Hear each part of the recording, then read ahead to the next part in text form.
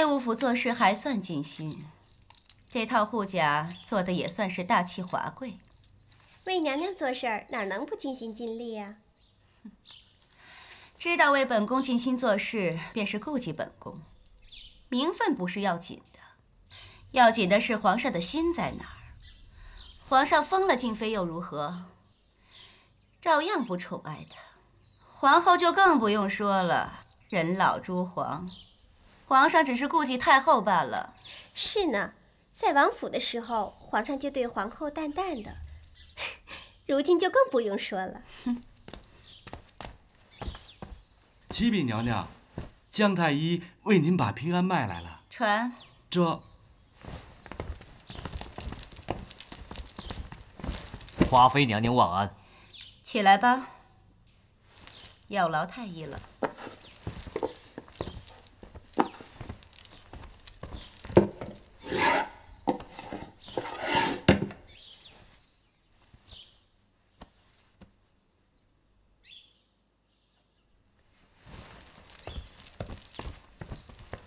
娘娘，凤体无恙，一切安好。既然安好，那何时才有胎气？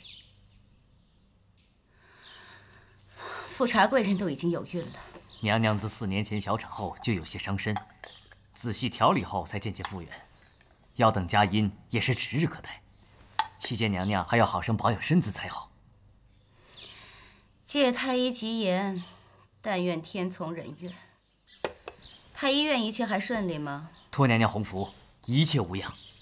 本宫能有今日，多亏你兄弟2人，本宫自然不会亏待你们。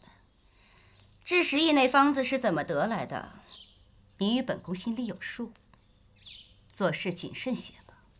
微臣知道，当日为保性命，不得不出此下策，还请娘娘见谅。只要能达到目的，何必介怀采取何种手段和方法？大人不必过虑。只是那温实初没有起疑吧？他起疑又如何呀？他虽然医术出众，但在太医院资历尚浅，无凭无据的，他只能吃这个哑巴亏。那便好，退下吧。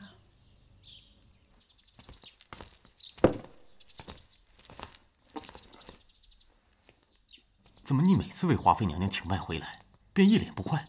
你不明白？有什么不明白的？在太医院，你我兄弟已是占尽风光，又有华妃娘娘撑腰，飞黄腾达，指日可待。飞黄腾达，那是要会做人、会惜命的人才能享受的。管好你的嘴，做好你的事，事不关己便作不知，这才是宫中的求生之道。臣妾给皇后娘娘请安，皇后万福金安。都起来吧，赐座。谢皇后娘娘。怎么安常在又不来了？安妹妹喉疾未愈，太医告诫，实在不宜再出门遇上风寒，时儿不能来向皇后娘娘请安了。安常在体弱，如今10疫未清，还是少走动好。多谢皇后娘娘体恤。对了，宫中的利银都发放了吗？都已按时发足了。内务府发放的利银，本宫都瞧过账簿了。有些账目，华妃都清楚了吗？各宫各人都是按照老祖宗定下的月例银子发放的，绝无错漏。可给静妃看过吗？不用看，臣妾对过的账目绝无错漏。且静妃不熟悉银钱账目，看了也费事，反而延误了利银发放，惹得何宫抱怨。皇后娘娘，臣妾看账簿的确有些慢，但臣妾一定好好研习，绝不再拖延。哼，好好研习？你要研习多久啊？若是给你时间好好研习，要耽误多少事儿？天资不足难当大任，拖拖拉拉的，反而让奴才们笑话为尊上者愚笨无能。富察贵人，你害喜厉害吗？臣妾早起时便想吐，早午晚膳后更易恶心不安，实在是辛苦。既然辛苦，就少吃一些。若要让御膳房早中午的给你流水似的送东西吃，自然是要吃了吐，吐了吃，恶心个没完。怀胎10月哪有不辛苦的？你如今身子金贵，哪怕天天抱身赤肚，也没什么了不得的。难得宫中有添丁之喜，这所有人的眼睛和心思都放在你肚子上呢。谢皇后娘娘关怀，臣妾铭记于心。不怪华妃娘娘嫌嫔妾吃得多，这有孕的辛苦，娘娘是不能体会的。别说本宫也怀过龙胎，即便没有，见也见多了。怀个孩子像得了个元宝似的到处显摆，到底是没见过世面的小家子。好了，都少说一句吧。富察贵人，你这一胎若是个阿哥便好了。皇上膝下皇嗣不多，你若能一举得男，他日为嫔为妃都指日可待。为了阿哥，也为了你自己的身体，你一定要珍重身子。是。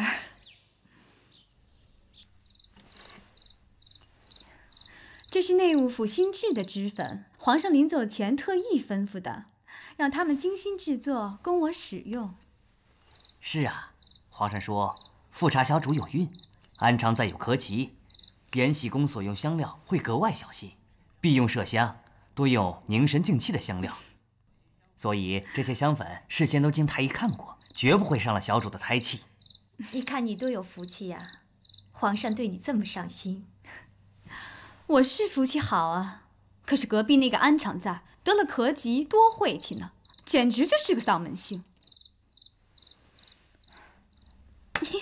宝娟，什么事那么高兴啊？小主，您不是去看纯常在了吗？怎么那么快就回来了？你干什么去了？奴婢真的什么也没干。把手伸出来。伸出来。怎么灰扑扑的？香灰？奴婢实在是看不过富察贵人欺负小主。奴婢听说香灰拌了马尿，撒在墙根底下就能让那个人倒霉。奴婢实在是看不过去才这么做的。你疯了！这样的无稽传闻你也信？千错万错都是奴婢的错。小主若是生气，就只怪奴婢，奴婢认罚。若是小主带奴婢去见富察贵人，那奴婢绝对不会连累小主的。起来，你是我的贴身宫女，你做与我做，在外人看来，又有什么区别呢？再说，我日日看她盛气凌人，何尝不想她气焰滴血？你只不过是赶在我前面，做了我想做的事情而已。小主，奴才跟着主子久了，主子的心意，便是奴才的心意，对不对？所以，你如今做什么说什么，也都是揣度我的心意做的。浅秋对皇后如此，流珠对婉贵人也是如此。那小主，奴婢错了吗？怎么会？所谓忠仆，就是这个样子。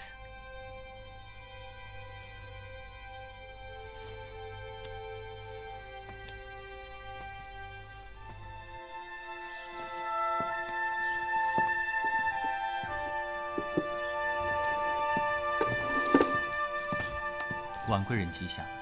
姐姐怎么坐起来了？可感觉好些了？我好些了。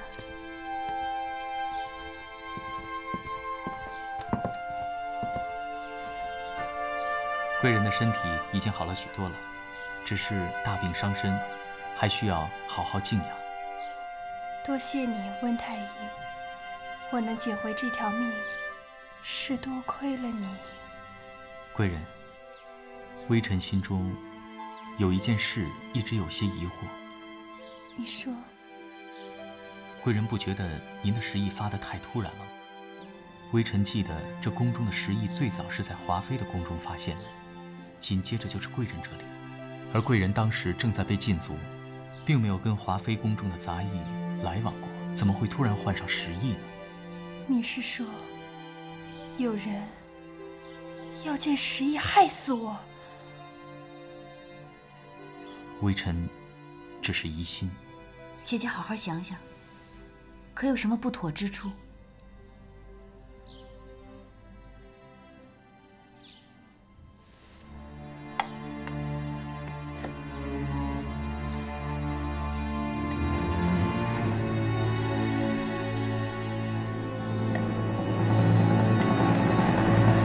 内务府特命奴才给您送到新的茶具馆了，茶都沏好了，请小主品尝。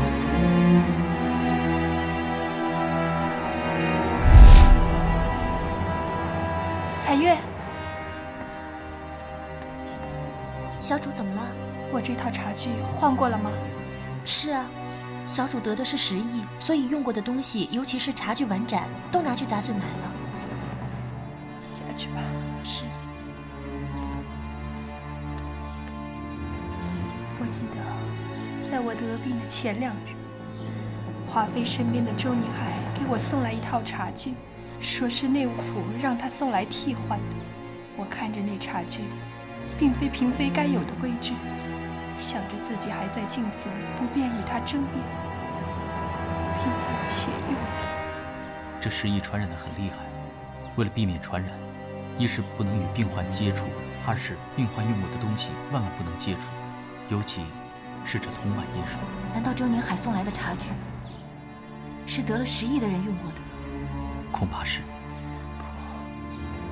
一定是，华妃要置我于死地，已经不是第1回了。是他，一定是他！姐姐，先别着急，这件事暂时还需要证据。还有一事我不明白，江澄、江慎2人擅长的是妇婴之科，怎么突然触类旁通，倒擅长起治疗10亿之术了？若微臣说这治疗10亿的方子，大半是出自微臣之手，小主您信吗？我信，你有这能力。只是这方子，为何会到了他们手中呢？本来微臣已经写了大半，只是还有几味药尚需斟酌，所以不敢善用此方，便把它放在了太医院的抽屉里。估计是他们趁着我忙着照顾惠贵人，顺手牵羊偷走了方子。他们大约也在方子里面加了几味药进去，只是因为不擅长治疗疫病，方子治得未免太猛了些，而我给惠贵人用的药却是温补性的。既然皇上已经说了他们有大功，想来你再去说什么，也没有人会相信，反而会说你邀功心切。放心，这件事我自有理论。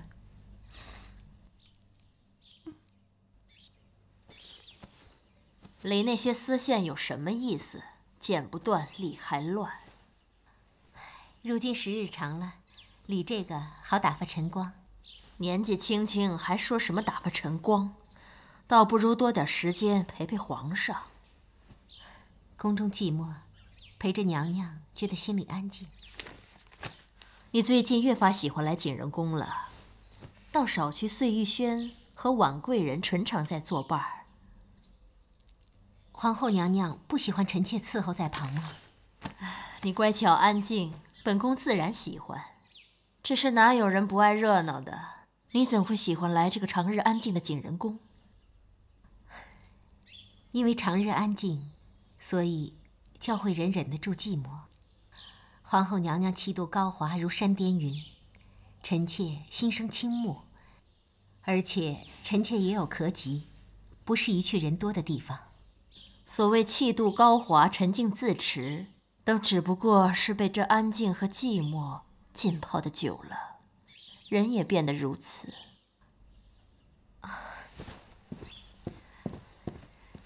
臣妾失言，并非此意。起来吧。本宫自然知道你不是这个意思，你我之间不用多言。谢皇后娘娘。哦，对了，臣妾做了一个香囊，想要献给娘娘，还望娘娘不嫌弃臣妾双手笨拙才好。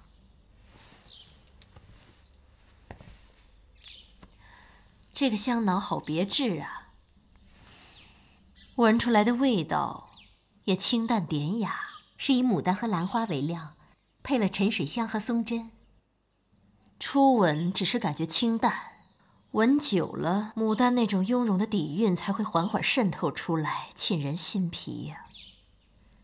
这绣花图文也是本宫最喜欢的凤穿牡丹，只要娘娘喜欢就好。这香囊虽好，只是可惜了，本宫素日不用香料。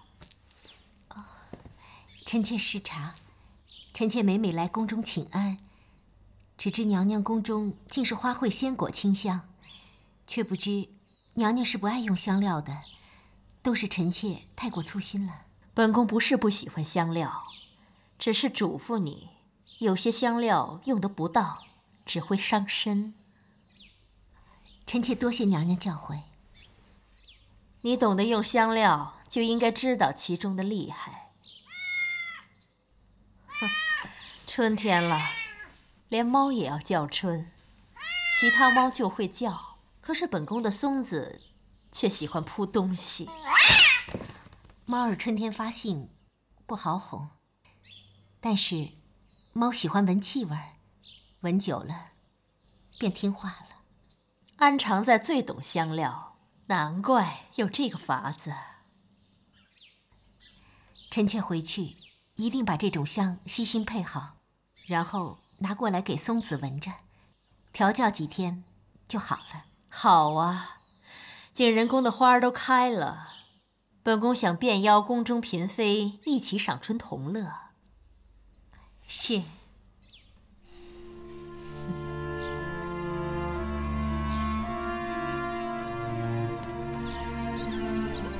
真香啊，小主，那边有好多花。这皇后娘娘宫里地气最暖，花儿也开得最早最艳丽。这景仁宫是地气最好，可你呢是福气最好。有4个月了吧？是啊，太医说过了4个月，这胎就稳了。哎呀，当年本宫怀3阿哥的时候，害喜就害得特别厉害，这脚肿的根本就穿不上鞋。哎，我看你倒是挺好的啊。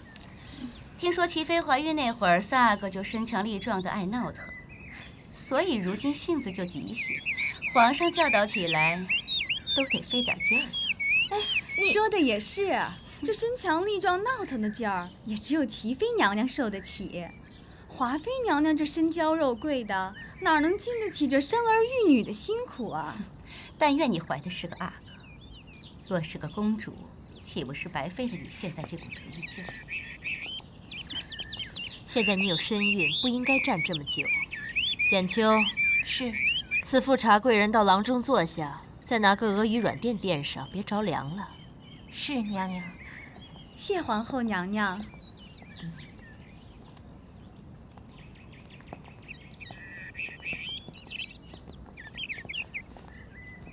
富察姐姐安好。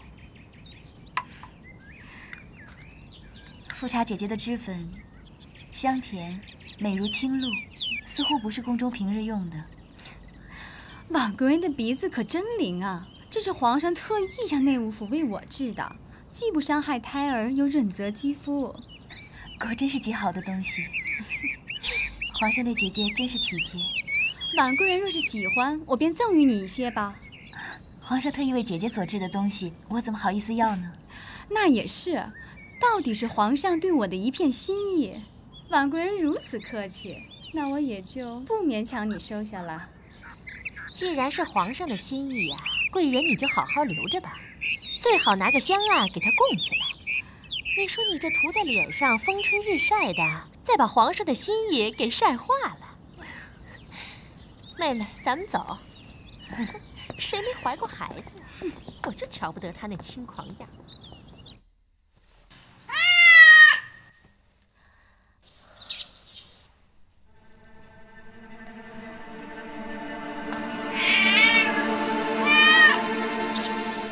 欣姐姐消消气儿吧，如今人家正在风头上，你何苦要跟他置气呢？皇后娘娘万福金安。心常在，你们在说什么？姐姐说今天天气不错。今天天气这么好，不如皇后把松子抱出来吧。齐妃最爱的就是松子那只猫，来了成日要抱着，只是婉贵人害怕。也好，简秋啊，去抱松子出来吧。奴婢可不敢抱它，那猫现在重得很，到了春天又烦躁，这会儿不知道到哪儿玩去了。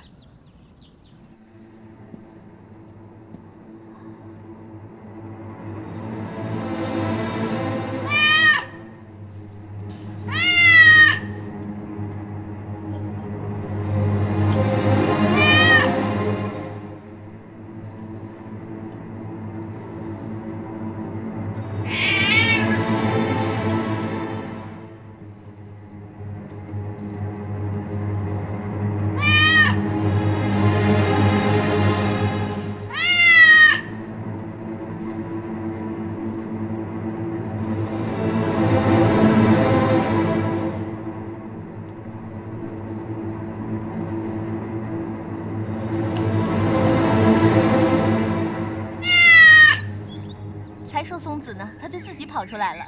呀，皇后娘娘把松子养得真好，又大了一圈儿。别人养猫养狗的，静妃姐姐就爱养些与众不同的。她的玻璃缸子里竟养了老大只乌龟呢。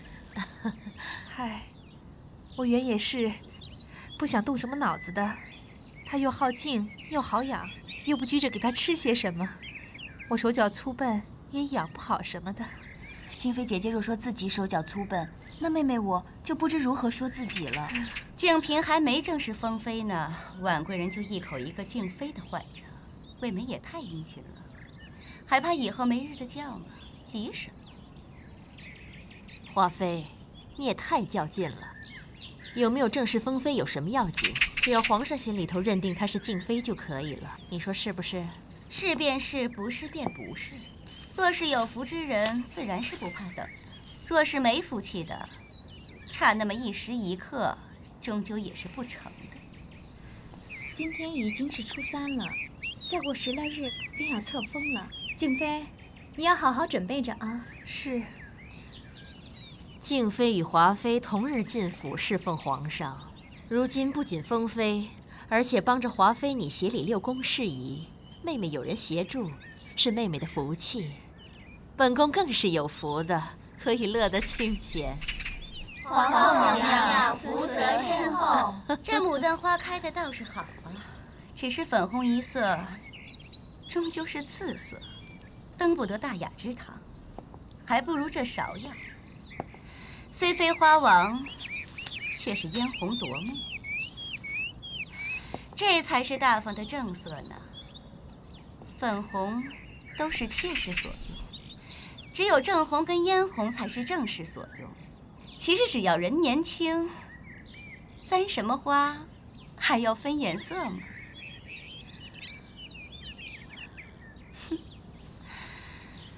哼，如此尊卑颠倒。臣妾幼时曾学过一首诗，现在念来正合适，就在皇后和各位姐姐面前献丑了。你念吧。庭前芍药妖无格，池上芙蕖净少情。唯有牡丹真国色，花开时节动京城。好一个唯有牡丹真国色呀！这尊卑本在人心，芍药花再红，终究妖艳无格，终不及牡丹国色天香。唉。华妃啊，今日本是赏花，你怎么好像不愉快似的？何必因为多心坏了兴致？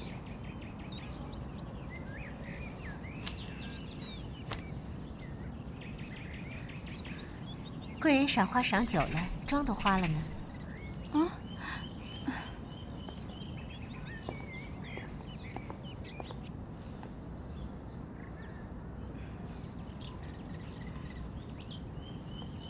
果然是皇上亲赐的香粉，真的是好香呢。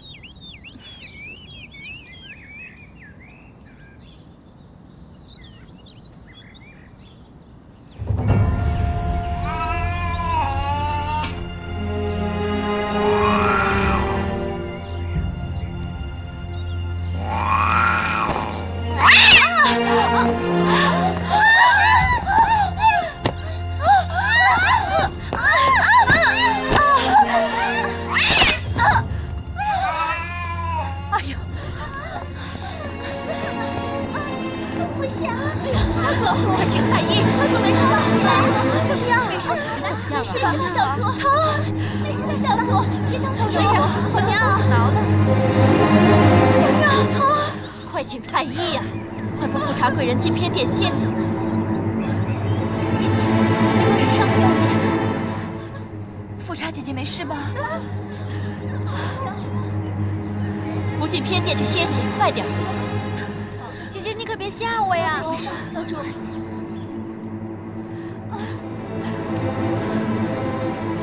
你觉得怎么样了？皇后娘娘，臣妾疼。太医很快就来了，别担心啊。微臣来迟，皇后娘娘恕罪。来了就好，张太医，快去看看富察贵人。是。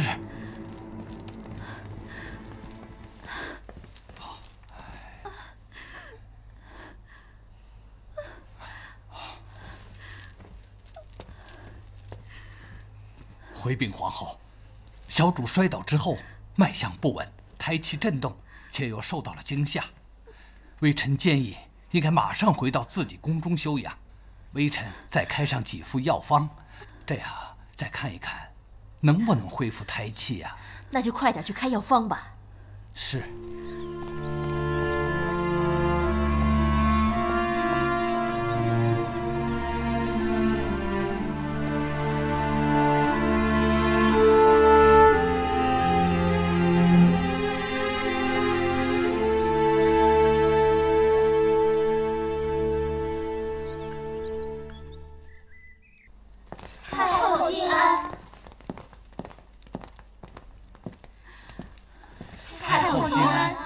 都起来吧。谢谢太后。哀家一听说就赶紧过来了。富察贵人怎么样？太医已经开了安胎药。疼！太后，皇后娘娘。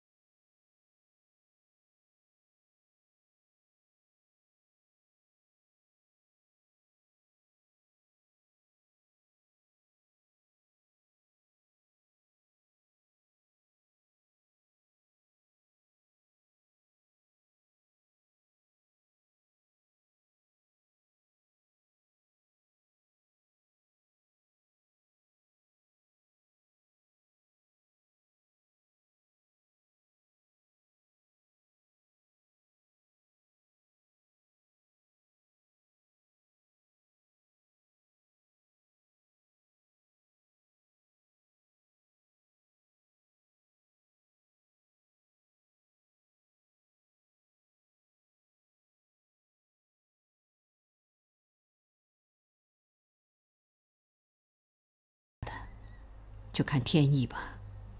是。哎呀，婉贵人怎么了？婉贵人为救富察贵人，自己跌了一跤，怕是伤着哪儿了。太医，快去看下婉贵人。是。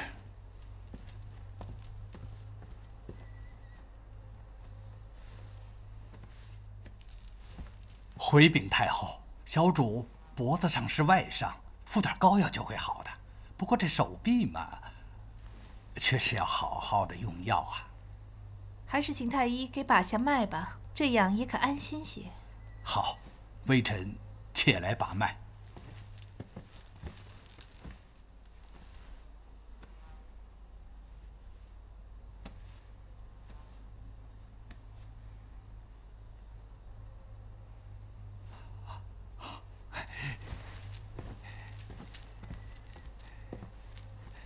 恭喜小主！你瞎说什么呢？婉姐姐手都受伤了，你还恭喜？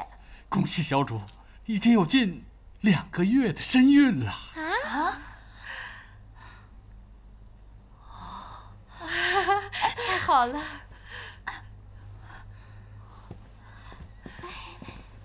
别动，别动！哎呀，你坐下来，坐下。张太医啊，婉贵人的身孕是真的吗？微臣从医数10年了，这一点把握还是有的。回禀娘娘，婉贵人身子虚弱，适才又摔了一跤，胎相有些不稳，待微臣开个方子，让小主先用着，静静的养着，也就没有大碍了。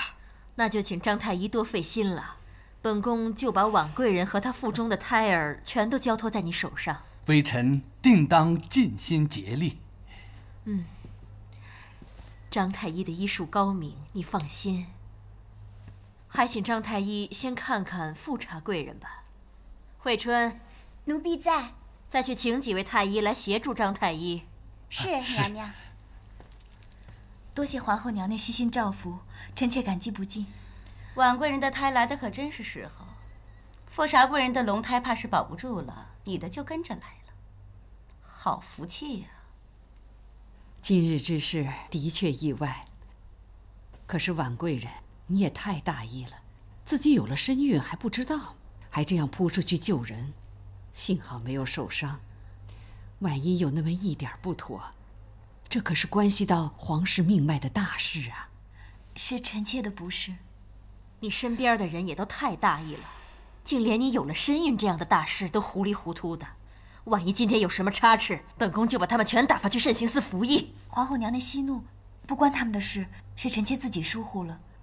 身子犯懒，还以为是春困。臣妾向来身子不调，月事推迟也是常有的事。而且臣妾看各位姐姐怀有身孕时都会恶心呕吐，可臣妾并没有。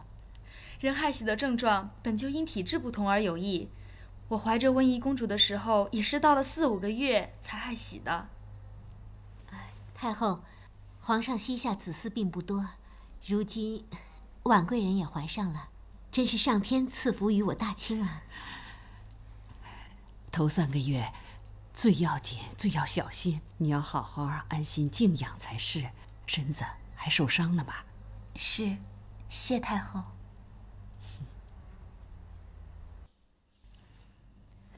好了，别照了，太医都说了，那只是皮外伤，也不知道会不会留下疤痕。就算有一点半点也不打紧，敷上脂粉就看不见了。现在是人没事就好了。也是，幸好孩子没事。刘珠，去拿水来。是。浣碧，去拿2床更好的枕头，让你小主靠着更舒服些。好。锦溪，去把门关紧，别让风吹进来。小影子，去换床更松软的云丝被来。这，哎呀，不要了，哪儿就这么娇贵了，都闹得不安生了。好，好，好，我倒忘了，你一养胎最娇贵。那你们都出去吧。哎，你把他们都打发走了，那谁来服侍我呀？我来服侍你好不好？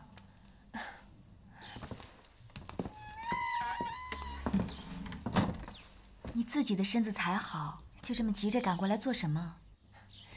皇儿，我是真为你高兴呢。可是今日富察贵人小产，皇上又还没回来，我也真为你担心呢。我不会让我的孩子有事的。你自然是不会让他有事，可是富察贵人也不想啊。我告诉你，这后宫里小产的也太多了。我问过太医，他说前次新常在小产是因为失足意外，这次富察贵人也是意外。你有没有觉得这些意外有可能都不是意外呢？富察贵人怎么样？已经挪回延禧宫了，我去瞧了一眼，还在昏睡着，太医都在那守着呢。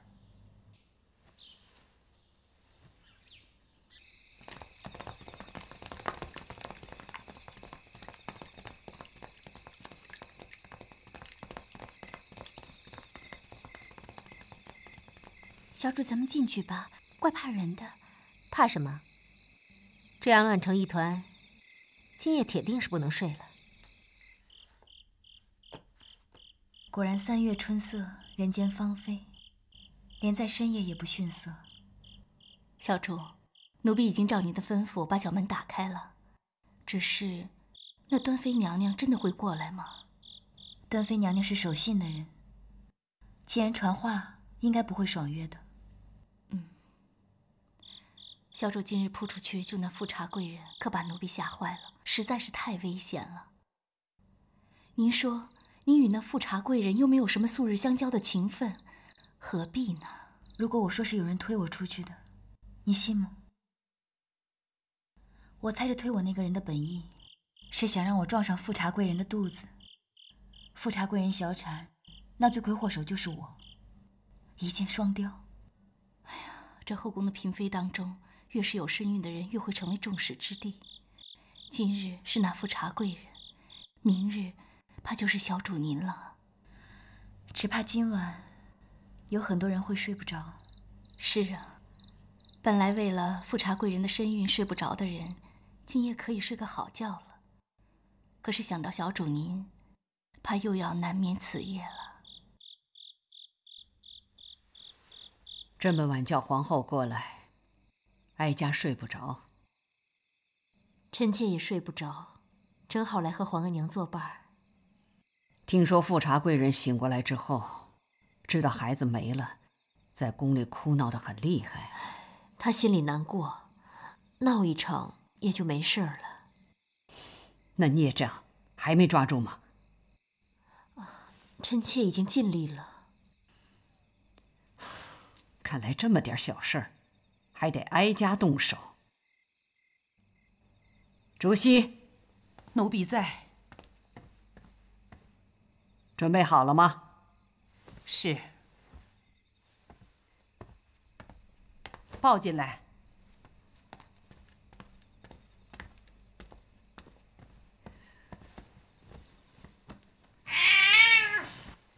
皇后，你仔细看看吧。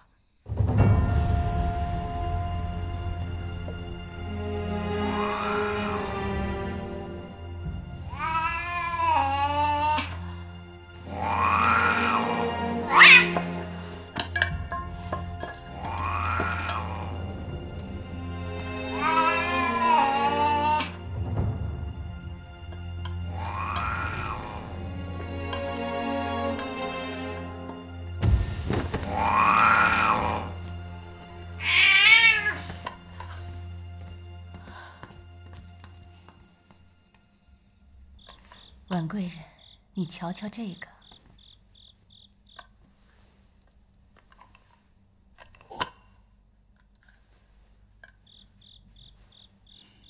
这盒子里虽没了香粉，但嫔妾闻得出这味道，是富察贵人所用的香粉。这盒子，嫔妾也见贵人的宫女拿出来过。娘娘可是在皇后庭院中所得。不错。